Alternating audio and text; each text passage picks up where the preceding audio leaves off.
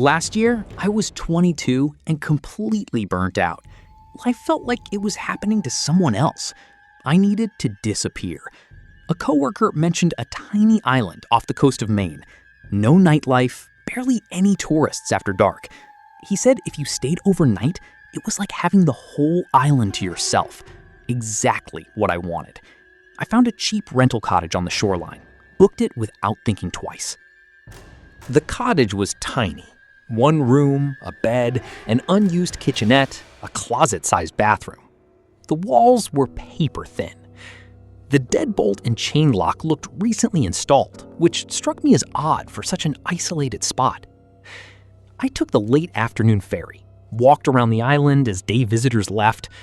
By sunset, almost no one remained. No street lights, no ambient noise.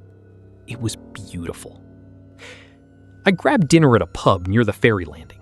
The bartender gave me a weird look when I told her where I was staying.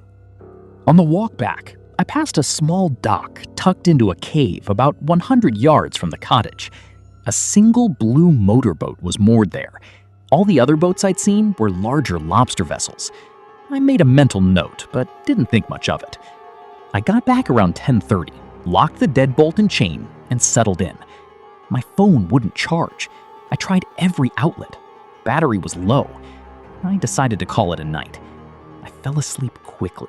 Exhaustion hit me all at once. I woke up randomly in the middle of the night. I don't know what pulled me out of sleep, but once I was awake, I heard it. Footsteps on the gravel outside. Close.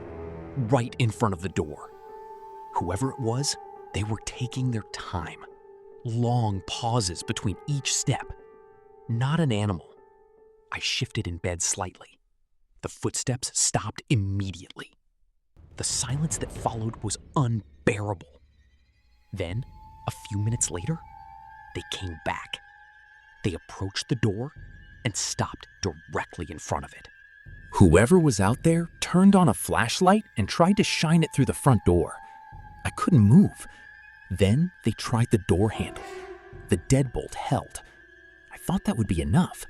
But then came several hard bangs, one after another. Each impact made me flinch. The threat was real now. I jumped out of bed while they were still banging and crouched behind the door.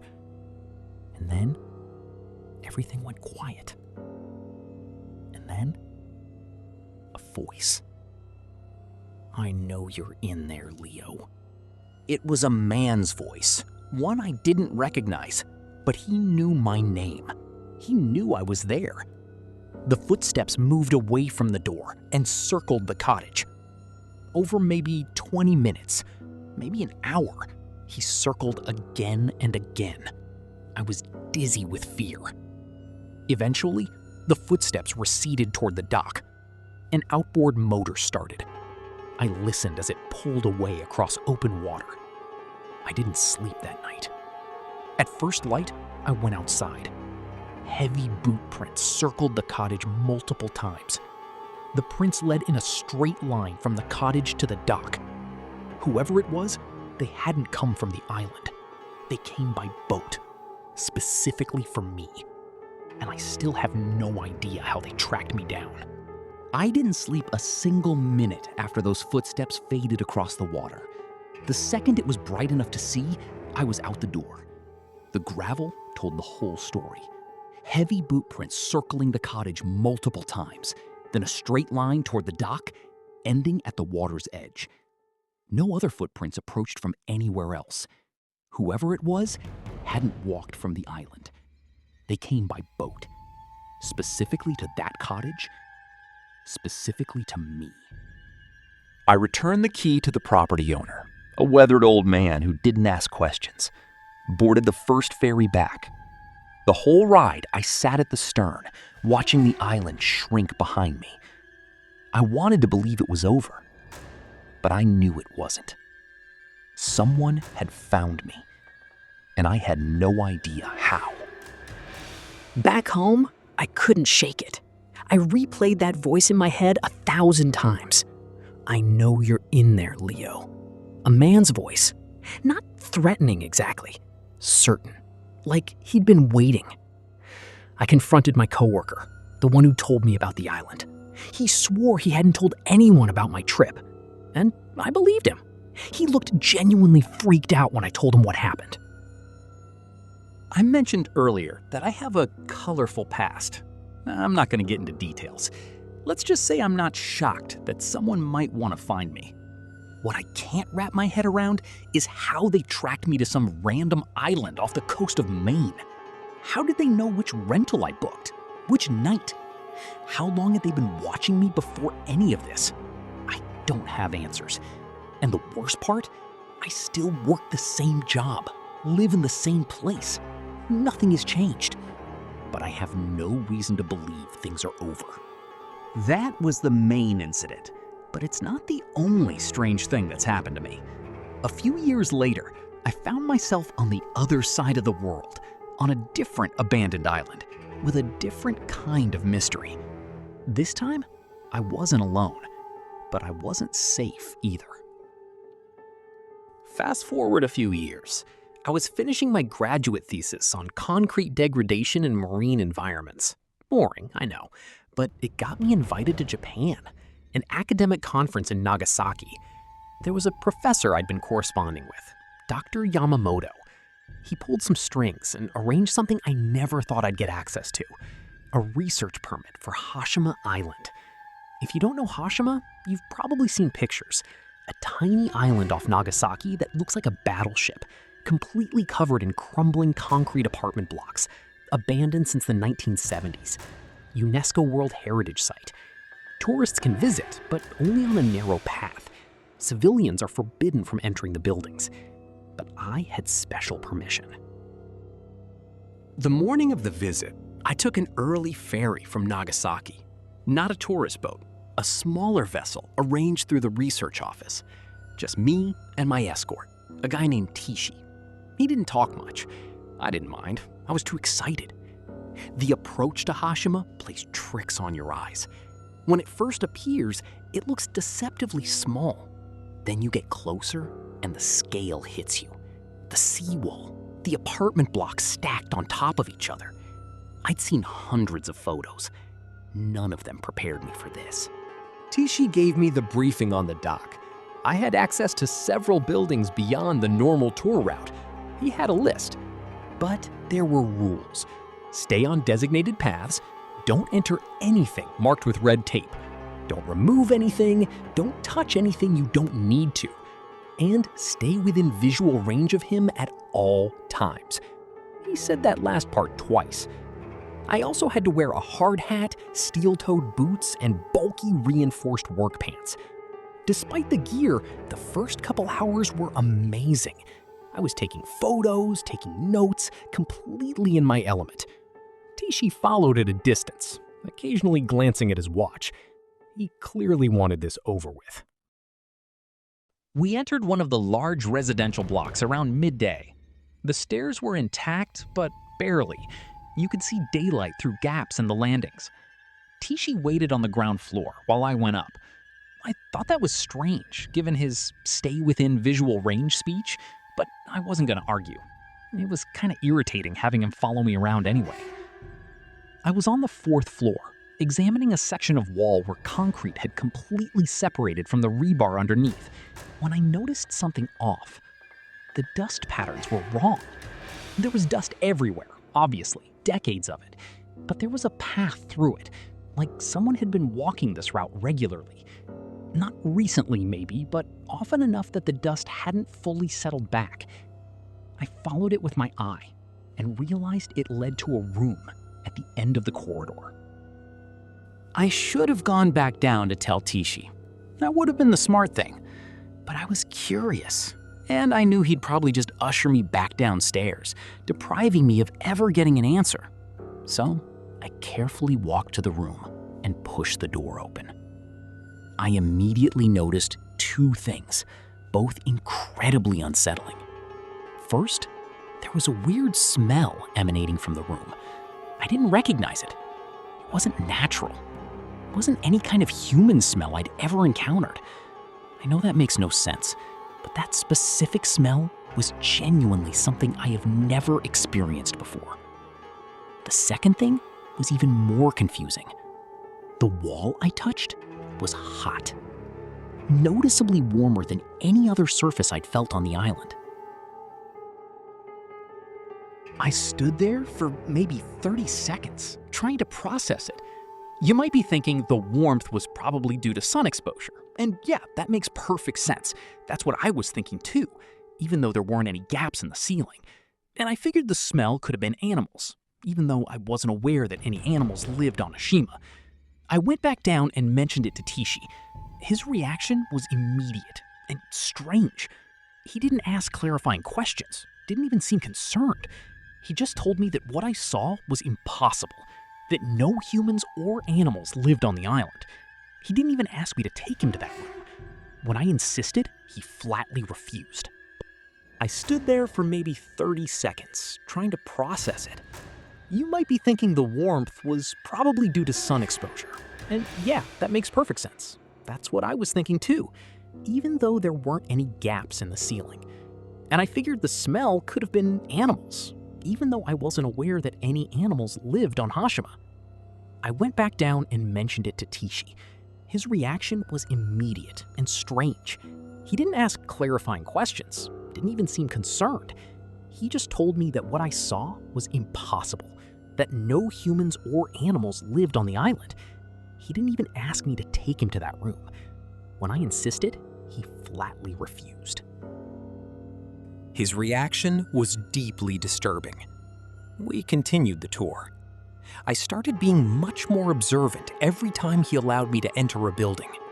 I kept noticing weird things, nothing fully revealing like clothes or anything, but weird markings and signs that something had been there. I say something because I didn't know whether I was seeing signs of a person or signs of an animal. That was the most confusing part. At one point, I mentioned more of these sightings to Teeshi. This time, he didn't even respond. Instead, he just pulled out his radio and spoke rapid Japanese into it. I had no idea what he was saying or who he was even talking to, but it was the first time he'd used the radio since we got off the boat. When I asked him what he said, he told me he was checking the schedule. I obviously didn't believe him, but what was I supposed to do? Demand that he tell me what he'd said? I just ignored him, but I was significantly more unsettled after that. It was almost like he knew what was going on and just didn't want to tell me. We reached a taller residential block near the center of the island. Teeshi hesitated at the entrance, actually stopped walking and stood there for a few seconds before following me in. I remember thinking that was weird. He'd been bored and impatient all morning, and now he was all attentive? But I didn't care. I wasn't going to let his attitude stop me from exploring. The stairwell was narrow and dark, but structurally sound. We went up maybe 5 floors. Teeshi was right behind me the whole time, which felt like a change from his earlier indifference. I remember thinking that was odd, but I didn't say anything. Then, after walking into one of the corner rooms up there, I saw something that immediately validated all my previous concerns. Against one of the walls was a pile of blankets, a few empty bottles of water. There was no mistake about it this time. I was looking at definitive evidence of human habitation.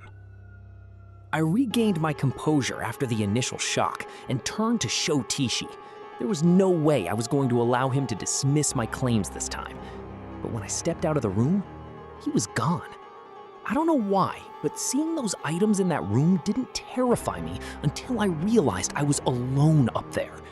It was like Teeshi having disappeared unlocked my brain, and only then was I able to process how scary the situation truly was. There was someone else on that island.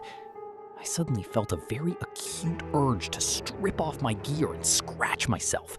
My whole body was itching. I started to freak out. I regained my composure after the initial shock and turned to show Teeshi. There was no way I was going to allow him to dismiss my claims this time. But when I stepped out of the room, he was gone. I don't know why, but seeing those items in that room didn't terrify me until I realized I was alone up there. It was like Teeshi having disappeared unlocked my brain. And only then was I able to process how scary the situation truly was. There was someone else on that island. I suddenly felt a very acute urge to strip off my gear and scratch myself. My whole body was itching. I started to freak out. I frantically made my way back to the stairwell we'd come up, thinking I'd just run down and end the trip short. But no, as if things weren't bad enough, I turned the corner and realized the stairs were blocked. A pile of rubble spilled across the landing, enough that I couldn't get through. I didn't have time to think about whether it had collapsed naturally or whether someone had piled it there purposefully. I just turned and ran. I ran past that room and down the corridor, praying there was another stairwell somewhere close by. I didn't care about the structural damage anymore. I just wanted out. As I was sprinting down the hall, I heard movement from somewhere behind me. Footsteps stepping out into the hallway. I didn't turn around. No chance in hell. I just kept running. The only problem was that it was like a maze in there. I was too scared to think straight. I felt like I was running in circles. The whole time, I could hear footsteps behind me. At first, I thought it was Teeshi, but after a while, I realized there were multiple sets of footsteps, which meant I was being followed by multiple people. I finally found another stairwell. I practically jumped down it. I don't remember much about getting out of the building. I remember daylight, then sprinting across open ground, then the dock. Teeshi was just standing there by the boat. Seeing how unfazed he looked took me from scared to downright angry. I started screaming at him about what I'd seen. The blankets, the bottles, the people in that building. Him abandoning me, everything. I think I even accused him of piling that rubble up to strand me in there. He barely even blinked. It was like he wasn't hearing a word I said. He waited for me to finally calm down. Then, instead of acknowledging anything I'd said, he just said, "We're leaving." I didn't know what to think. I was still unsettled and scared, but I was also horrified that this guy was refusing to acknowledge any of it. It genuinely made me think that he knew something. Or worse, maybe he had caused it himself. But the worst part? I had to sit through an entire ferry ride back to the mainland with him. I was genuinely worried for my safety. But we made it back, and that was that. As soon as I got somewhere safe, the first thing I wanted to do was report my sightings, that there were people living on HASHIMA. That was extremely concerning. So I contacted the only person I could think of, the only person who had any connection to both me and the island, Dr. Yamamoto. But I couldn't get a hold of him. Fast forward 2 weeks. I was back in the US by then, and I still couldn't reach him. It was like he had disappeared. I tried to report what I'd seen to the relevant authorities, but I don't think anything came of it. I don't think anyone believed me. It's been years since this happened. Strangely, the thing that gets to me the most isn't what happened on the island. It's what happened after. The fact that I couldn't get in contact with Dr. Yamamoto, despite him going to great lengths to arrange my visit. The thing I regret the most is not taking more action to get to the bottom of what was going on there. If I had spoken Japanese, or if I hadn't had to return to the US so quickly, I might have been able to do something. This is something I'm going to think about forever. This happened a long time ago, my very last semester of college. I was majoring in history, deep into my senior thesis on abandoned institutional spaces. Asylums, defunct hospitals, rehab centers. One of the cases I was writing about was North Brother Island, an overgrown island right in the East River. Technically part of New York City, but completely abandoned for decades. Quarantine hospital, then a rehab center, then off limits. You still need a permit to set foot there. I never planned on going, but one night over drinks, I mentioned it to two of my friends, Jansen and Jesse. They were hooked. Urban exploration was popular back then, and after a few weeks of planning, that's how we found ourselves sneaking through Berto Point Park in the Bronx at 2 a.m. with 3 solo kayaks. The paddle was only about half a mile. Getting the kayaks into the water was surprisingly seamless. The park was deserted. But as soon as we started paddling toward the island, the reality of what we were doing set in. Nervousness crept in. We made it to the island, pulling the kayaks onto shore through tall reeds and weeds. Once we were on solid ground, the three of us just stood there, taking it in. It was dark, but the moon was bright enough to make out general shapes. The first thing I noticed was how quiet it was. We were technically still in New York City, the Bronx, right there, maybe half a mile away, but it felt like the middle of nowhere. We started walking inland. It didn't take long for Jansen and Jesse to realize how big the island actually was. I'd told them, but they hadn't internalized it. We passed building after building, most partially collapsed or so overgrown you could barely tell they were buildings at all. At one point, Jesse stopped and stared at a structure with a tree literally splitting it in half. He said it looked like something out of a post-apocalyptic video game. He wasn't wrong. There was something almost alien about the way nature had reclaimed everything, like the island was actively trying to swallow any evidence humans had ever been there. We explored a few of the more intact buildings, shining flashlights into rooms that hadn't seen visitors in God knows how long. Most were empty, but in one of the larger buildings, Jansen found something on the ground near a doorway, a half-empty can of spray paint. He immediately wanted to use it. Jesse was on board.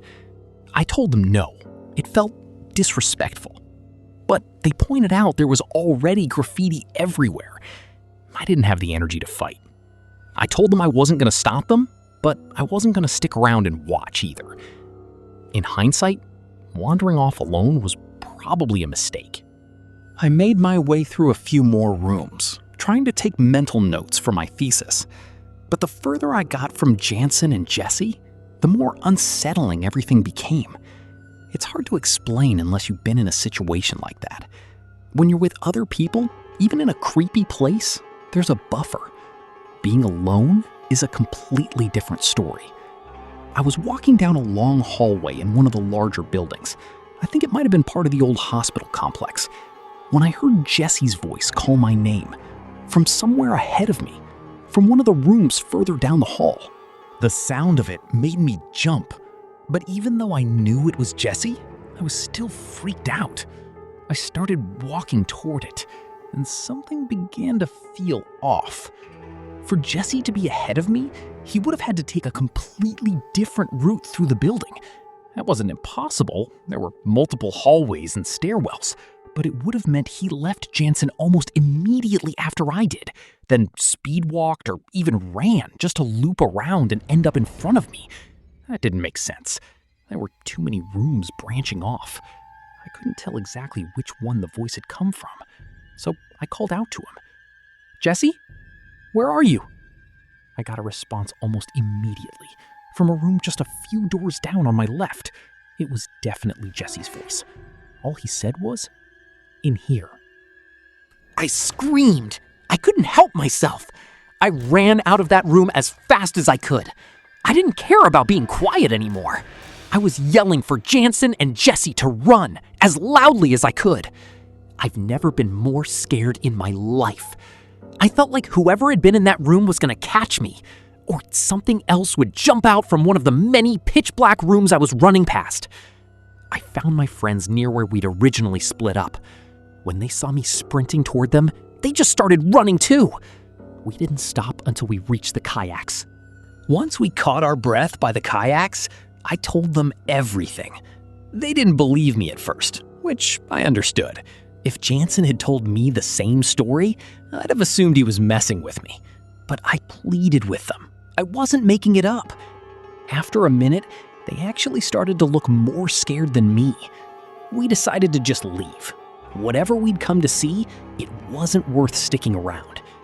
But right as we started dragging the kayaks back toward the water, all three of us heard it at the same time. It was faint, but distinct. A moaning sound coming from somewhere in the darkness behind us. It sounded like a woman, an older woman. either crying or wincing in pain. Not loud, but loud enough that we could hear it clearly if we focused. None of us said anything, but I could tell Jesse and Jansen were losing it. I was too. My hands were shaking. We finally got the kayaks into the water. The paddle back felt like it took forever, but we made it. The whole drive home, we couldn't stop talking about it, going over every detail, trying to find a rational explanation. But the thing I kept coming back to, the thing that freaks me out the most, was the voice. Because that was definitely Jesse's voice I heard in that hallway. I know Jesse's voice as well as I know my own. And whatever called out to me sounded exactly like him.